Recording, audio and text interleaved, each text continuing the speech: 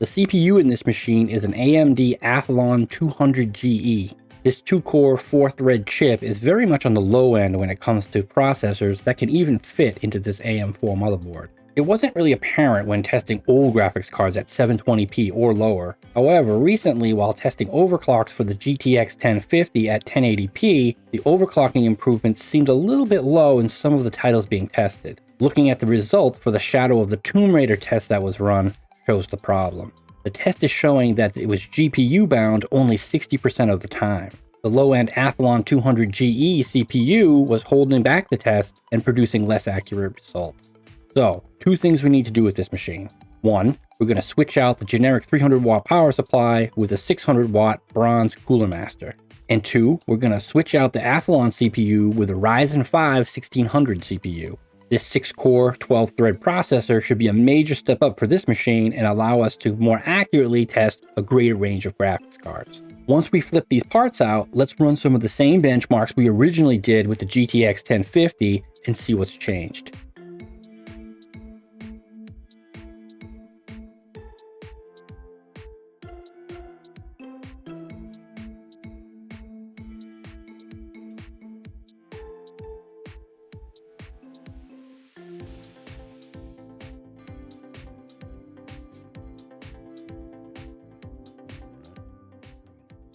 All right, look at that.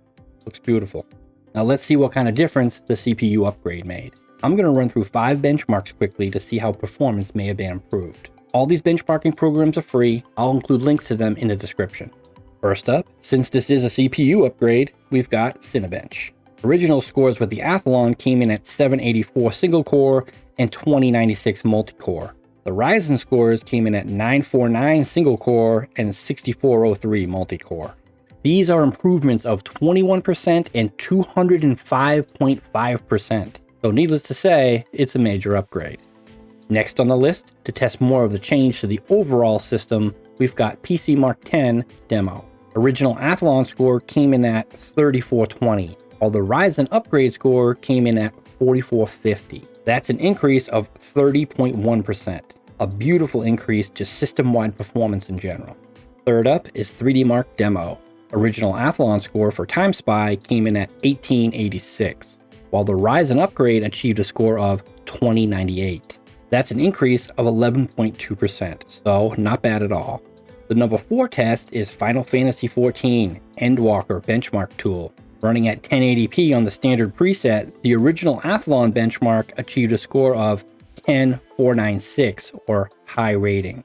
The Ryzen upgrade was able to deliver a benchmark score of 12819 or very high rating. That's an increase of 22.1%. This is an excellent example of how a CPU of insufficient power can affect gaming performance. Finally, we have Shadow of the Tomb Raider Trial benchmark tool. Running at 1080p on the low preset, the original Athlon benchmark achieved a frames rendered score of 6101 and an average FPS of 39.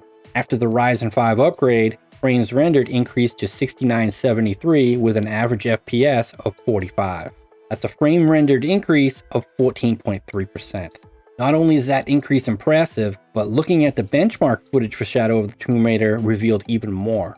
We can see that in the original Athlon footage, there are spots in the video where there are significant delays in rendering some parts of the scene.